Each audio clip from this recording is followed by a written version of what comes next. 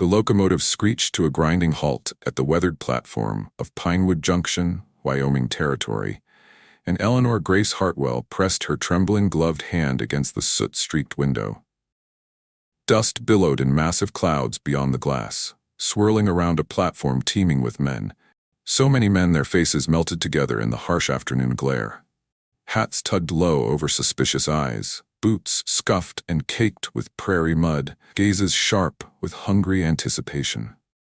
Eleanor's stomach clenched into a tight knot of dread.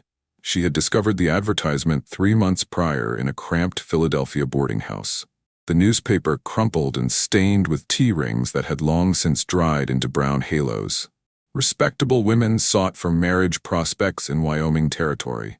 Transportation provided, security guaranteed.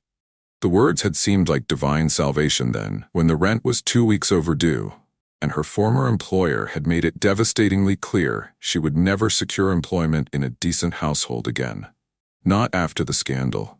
Not after the vicious lies his wife had believed without question.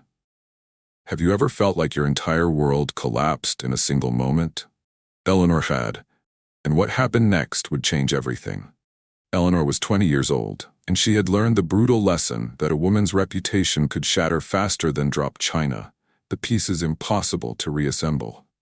The other women in the train car gathered their meager belongings with trembling hands. There were 9 of them altogether. Margaret Sutton sat across from her, barely 18, with red-rimmed eyes that suggested she had cried herself empty somewhere past the Nebraska plains.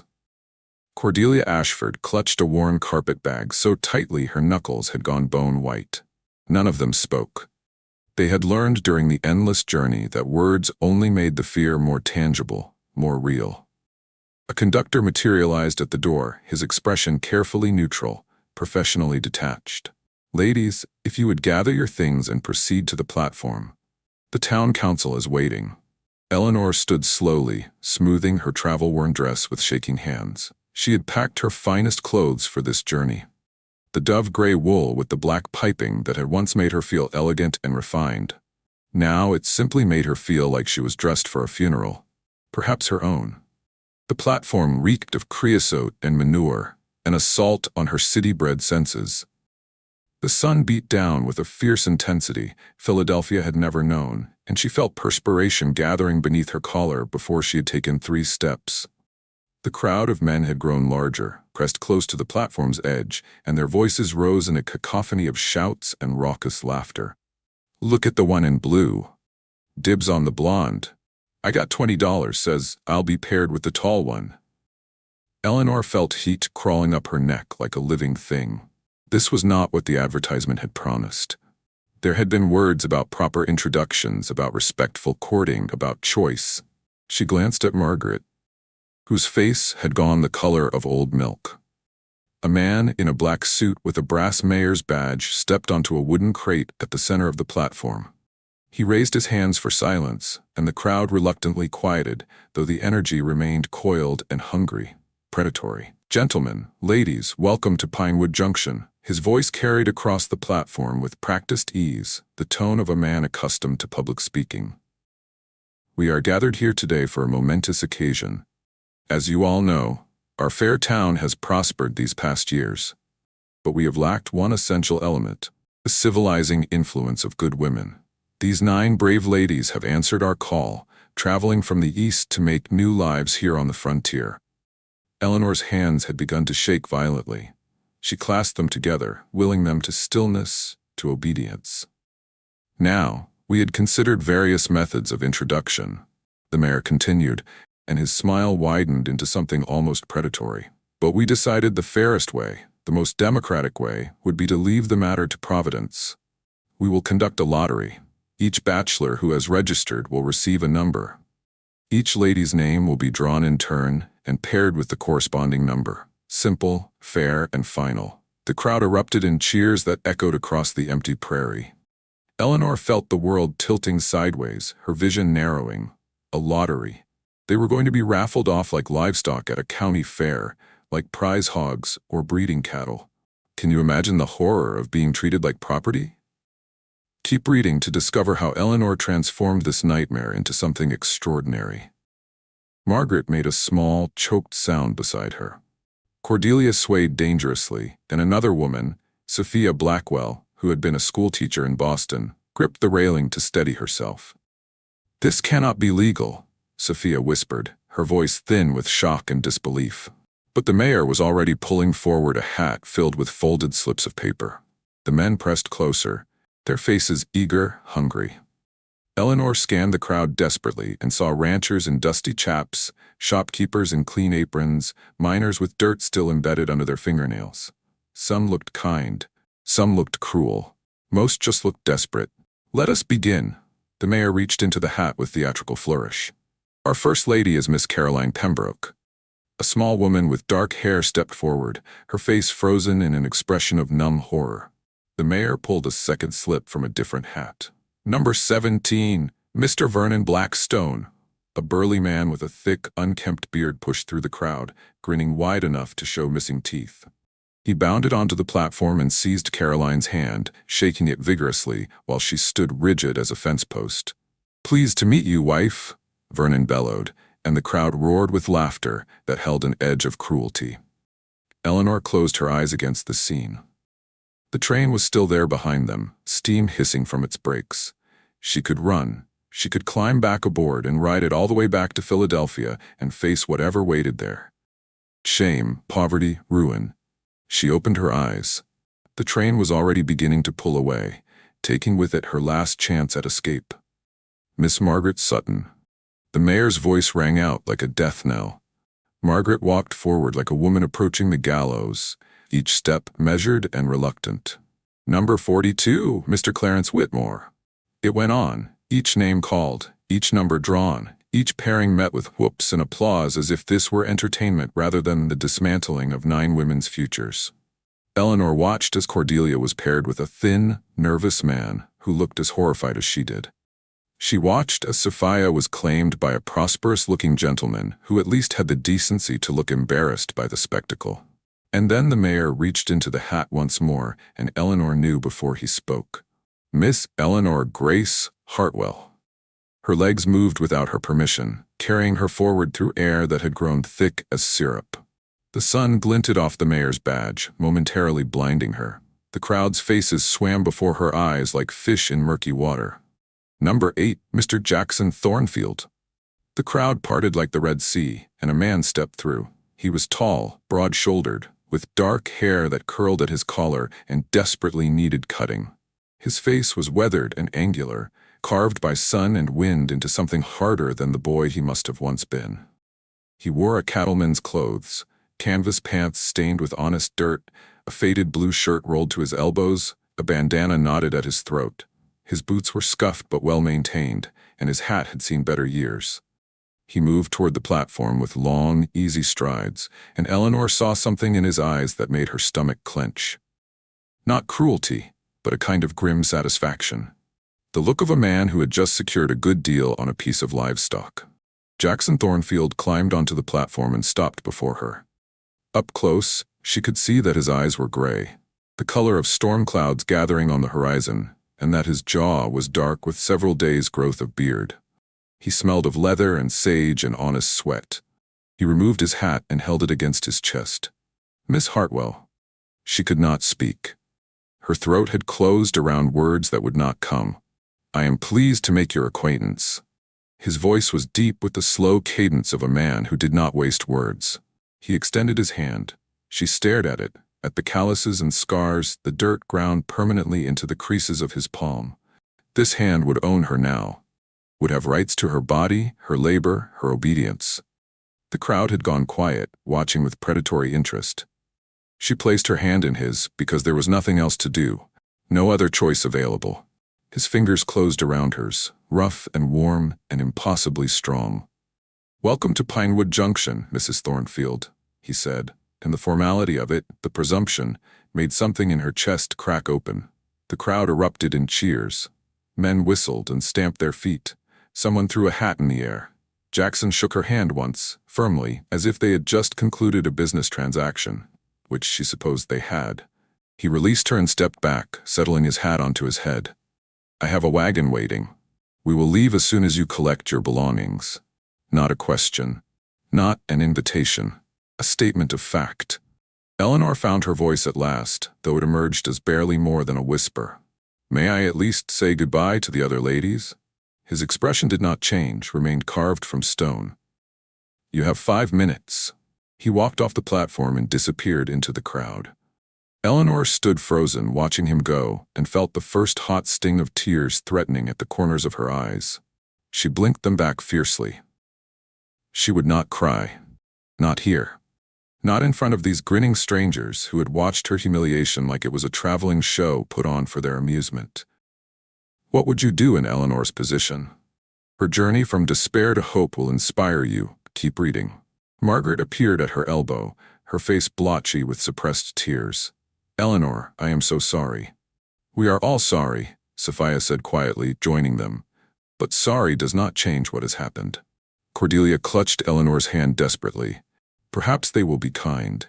Perhaps it will not be as bad as we fear." But her voice held no conviction, and they all knew the truth. They had been bought and paid for, parceled out by lottery to men who saw them as solutions to problems rather than human beings with hopes and fears and dreams. 5 minutes passed like 5 seconds. Jackson Thornfield returned, and Eleanor saw that he had brought a wagon, a simple buckboard pulled by 2 sturdy horses. He loaded her trunk and carpet bag into the back without ceremony, then turned to her and waited. She climbed onto the bench seat, arranging her skirts with numb fingers. He swung up beside her, took the reins, and clicked his tongue. The horses moved forward, and Pinewood Junction began to fall away behind them. They rode in silence. The town gave way to open prairie, vast and empty beneath an endless sky. The grass rippled in waves before the wind, golden and dry, stretching to the horizon in every direction. There were no trees here, no hills, nothing to break the monotony except the occasional cluster of rocks or the dried bed of a creek. It was the loneliest landscape Eleanor had ever seen. After an hour, Jackson spoke without looking at her. "The ranch is another 3 hours north. We run cattle, 200 head, give or take. The cabin is small but sound. I keep it clean." She said nothing, staring straight ahead. "I will expect you to cook, clean, and mend. I do not tolerate laziness, but I am not unreasonable. If you work hard, you will be treated fairly." Still, she remained silent, her jaw clenched. He glanced at her then, and she saw a flicker of something cross his face, irritation perhaps, or disappointment. "You might say something." "What would you have me say?" Her voice came out sharper than she intended, edged with bitterness. "Thank you for winning me in a lottery? How fortunate I am to be raffled off like a prize." His jaw tightened visibly. "I did not design the system, Miss Hartwell. I only participated in it." "Mrs. Thornfield," she corrected bitterly. "You claimed that name for me, did you not? The marriage will be registered with the county clerk next week. The circuit preacher comes through in 2 months. We will formalize it then." "How romantic." He fell silent again, and the silence stretched between them, brittle as old bones. The sun crawled across the sky with agonizing slowness. Eleanor's back ached from the wagon's constant jolting, and dust had worked its way into her mouth, her nose, the very pores of her skin. Her stomach was empty. She had been too nervous to eat breakfast, and her head had begun to throb with a dull, fat, persistent pain. When the cabin finally appeared on the horizon, her first thought was that it looked like something a child might build from scraps. It was small and rough, constructed of weather-grayed logs chinked with mud. A single window reflected the afternoon sun. A stone chimney rose from one end, and a lean-to stable stood nearby, half collapsed on one side. This was to be her home. Jackson pulled the wagon to a stop and climbed down. He unloaded her belongings without speaking and carried them to the door. Eleanor descended from the wagon more slowly, her legs stiff, her dress filthy with road dust. The cabin's interior was dim after the brightness outside. It took her eyes a moment to adjust. When they did, she saw a single room, perhaps 15 feet square. A rough-hewn table stood near the fireplace, flanked by 2 mismatched chairs. A rope bed occupied the far corner, covered with a faded quilt. Open shelves held a sparse collection of dishes and supplies. The floor was dirt, packed hard and swept clean. This was it. This was everything. Jackson set her trunk beside the bed. "You can unpack later. I will show you where things are." He led her outside again, pointing out the well, The vegetable garden half dead from neglect, the chicken coop that held 3 scrawny hens, the creek that ran a quarter-mile to the east. His words were efficient, practical, yet stripped of any warmth. "Supper is at sundown," he said finally. "There are supplies in the cabin. I am sure you can manage something." He walked away toward the stable, leaving her standing alone in the yard. Eleanor looked at the cabin, at the endless prairie beyond, at the man who had claimed her and now seemed to have lost all interest in her presence. She thought of Philadelphia, of her small room in the boarding house, of the job she had lost and the reputation she could never repair. She thought of the advertisement that had promised security and a new start. She had found neither.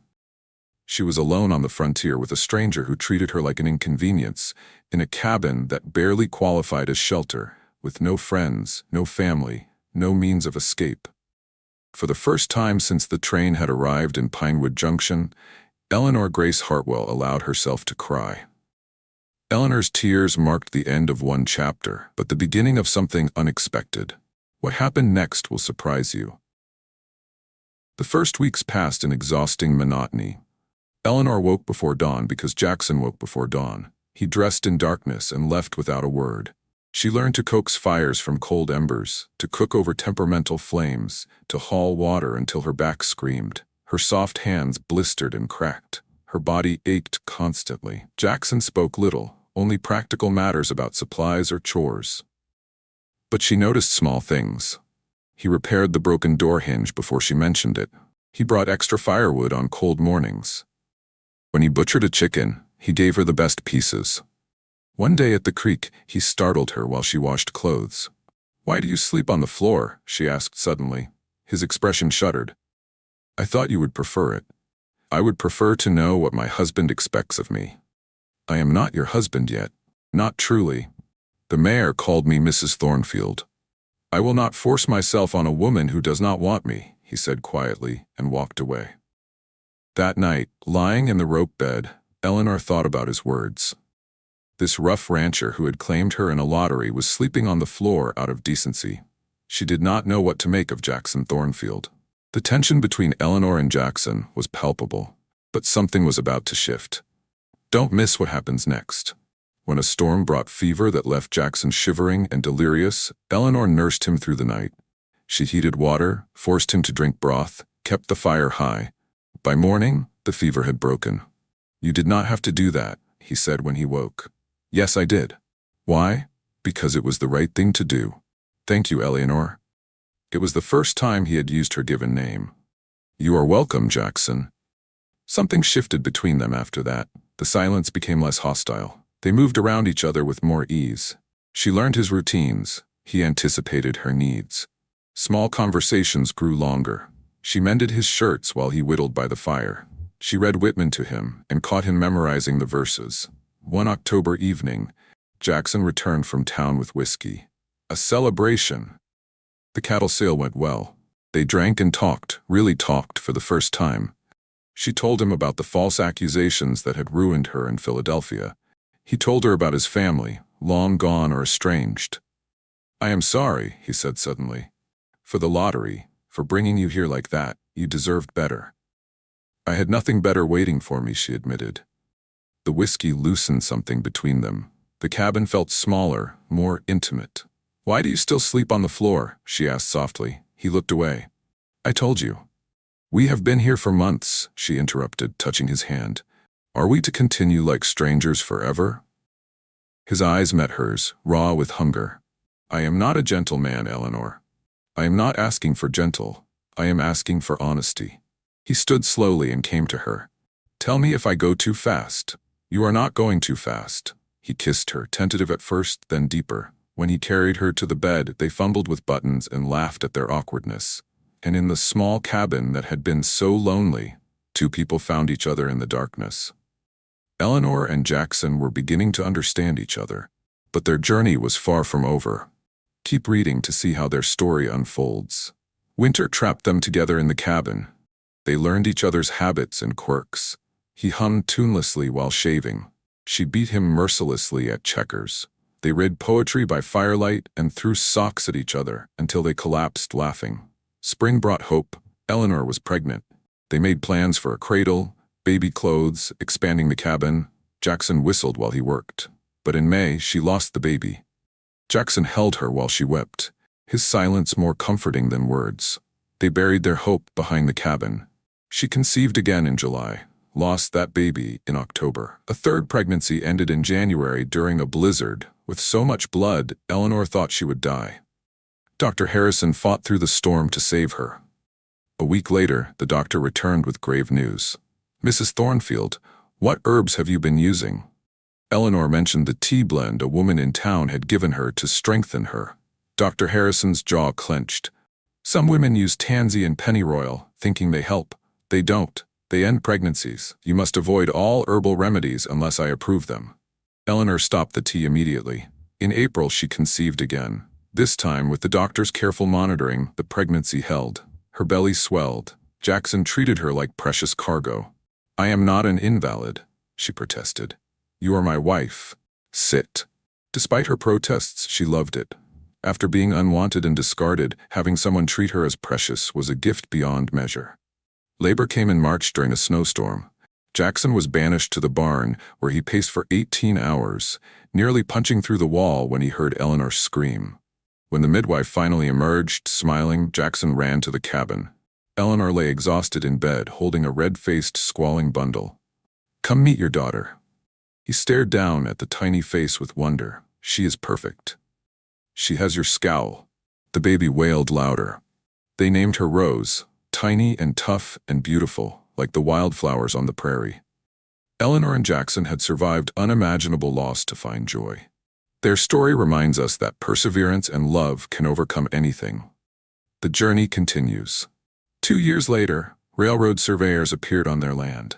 A man named Everett Caldwell made them an offer that left them speechless. The railroad wanted to run a line through their property. The compensation was more money than Eleanor had ever imagined. "We could expand the herd," Jackson said, stunned. "Buy more land, hire help." "We could build a real house," Eleanor added, "with multiple rooms and a proper kitchen." They laughed until they cried. The lottery that had humiliated them had placed them on land that would become valuable. Fortune had strange ways of balancing its scales. They built a 2-story house with 4 bedrooms and a kitchen that made Eleanor weep with joy. But they kept the old cabin, taking Rose there to tell her how her parents met. A second daughter, Clara, arrived when Rose was 2, sunny and cheerful where Rose was serious. The ranch thrived. Eleanor's baking business expanded. They hired help and invested wisely. They found themselves quite by accident, prosperous. On summer evenings, they sat on their wraparound porch watching the girls chase fireflies. "Do you ever regret it?" Jackson asked quietly. Eleanor thought about the platform, the shame, the fear, but also about the life they had built, the children, the home, the partnership grown from bitter seeds into something strong and true. "I regret the lottery," she said carefully. "I regret the humiliation and the losses. But I do not regret you, Jackson. I do not regret us." He took her hand, the gold band worn thin after years. "Tell me if I go too fast," she smiled. "You are exactly fast enough." Rose ran up, breathless. "Mama, Clara says fireflies are falling stars. Tell her that is nonsense." Clara appeared behind her. "They glow, stars glow, same thing." "It is not the same at all," Rose protested. "Maybe they are stars that got tired of being far away," Eleanor said, pulling Rose onto her lap. "So they came down to visit Earth." "That is not science," Rose protested, but did not pull away. "It is poetry," Jackson said, pulling Clara onto his lap. "Your mother taught me about poetry." "What is poetry?" Clara asked. "Saying true things in beautiful ways," Eleanor answered. "Then I like poetry," Clara decided. The sun set in gold and crimson. Inside, bread cooled on the windowsill. In the barn, cattle lowed peacefully. The garden was lush, the chicken coop full, the root cellar stocked. On the porch, a family sat together, born from lottery and shame, forged through sorrow and loss, tempered by love into something unbreakable. What had begun as spectacle had become covenant. What had started as humiliation had transformed into home. Eleanor and Jackson's story proves that even the darkest beginnings can lead to the brightest futures. Are you inspired by their journey? Share this story with someone who needs hope today. Years would pass. Rose would become a teacher, inspiring hundreds. Clara would take over the ranch with her father's talent and her mother's business sense. There would be grandchildren and great-grandchildren, and the lottery story would become family legend, not of shame, but of triumph. But on this summer evening, with prairie wind whispering through grass and carrying children's laughter and the promise of tomorrow, Eleanor and Jackson simply held each other and knew they were finally, truly home. The lottery ticket that had seemed like the worst thing that ever happened had become the first page in a story they had written together. Not in spite of the shame, but because of it. Because they had chosen to build something from nothing, to take what chance had thrown at them and make it real and lasting. "I love you," Jackson said quietly, for perhaps the 1,000th time. "I love you too," Eleanor replied, "even though you still cannot carry a tune. It is Buffalo Gals. It has never been Buffalo Gals." The girls giggled, and stars appeared overhead one by one like promises being kept. And in the house that love built, life continued its gentle, persistent rhythm. This is the power of resilience, love, and second chances. Eleanor and Jackson's journey from humiliation to happiness reminds us that our circumstances don't define us, our choices do. If this story touched your heart, imagine what other stories of transformation await. Share this tale with someone who needs to believe in new beginnings. Comment below with your thoughts on Eleanor and Jackson's incredible journey. And remember, sometimes the worst moments of our lives are simply the beginning of our greatest chapters. What will you build from your challenges?